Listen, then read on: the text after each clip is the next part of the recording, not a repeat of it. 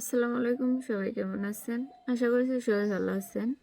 একটা দলকে নিষিদ্ধ বললেই কি নিষিদ্ধ হয়ে যায়? বাংলাদেশে দুইটা দল হচ্ছে বড় দল, সেটা হচ্ছে যে বিএনপি এবং আওয়ামী লীগ। জামাতে ইসলাম মোটামুটি বড় দল হলেও এই দুটার নাম সবসময় আগে থাকে। তো সেই জায়গা থেকে বিএনপির যতগুলো সমর্থক আছে আওয়ামী লীগের কিন্তু তার থেকে কম নেই, অনেক আছে। হয়তো ইদানিং কমে গেছে, কারণ এই 15 বছরে আওয়ামী লীগ সরকার যতগুলা অন্যায় কাজ করছে এতে মানুষের মন থেকে উঠে গেছে। একটা দলকে যখন আপনি নিষিদ্ধ করবেন, সেই দলে ভালো লোকও থাকে, মন্দ লোকও থাকে।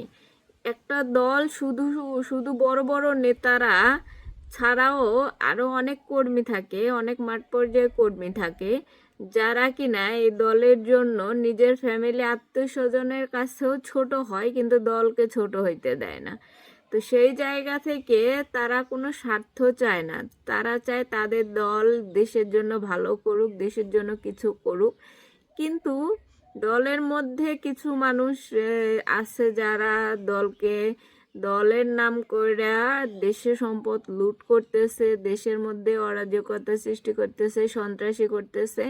কিন্তু এই ছোট পর্যায়ে যে নেতারা থাকে বা মাঠকর্মী থাকে, তারা কিন্তু চাইলেও এগুলো বন্ধ করতে পারে না।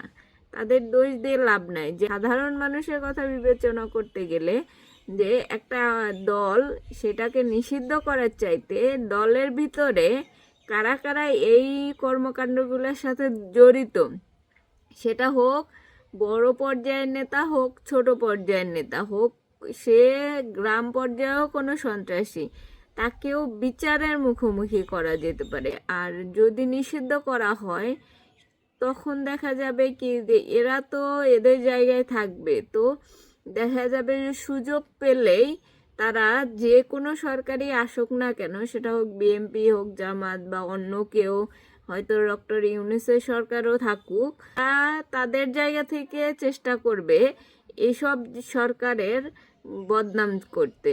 তখন দেখা যাবে যে এর এফেক্টটা জনগণের উপর পড়বে, এর প্রতিক্রিয়াগুলা জনগণ ভোগাবে।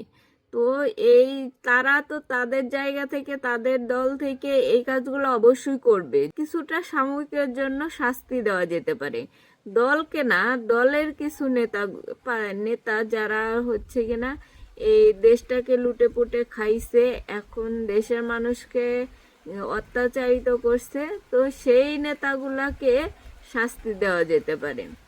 তো সবাই ভালো থাকেন, সুস্থ থাকেন, আল্লাহ হাফেজ।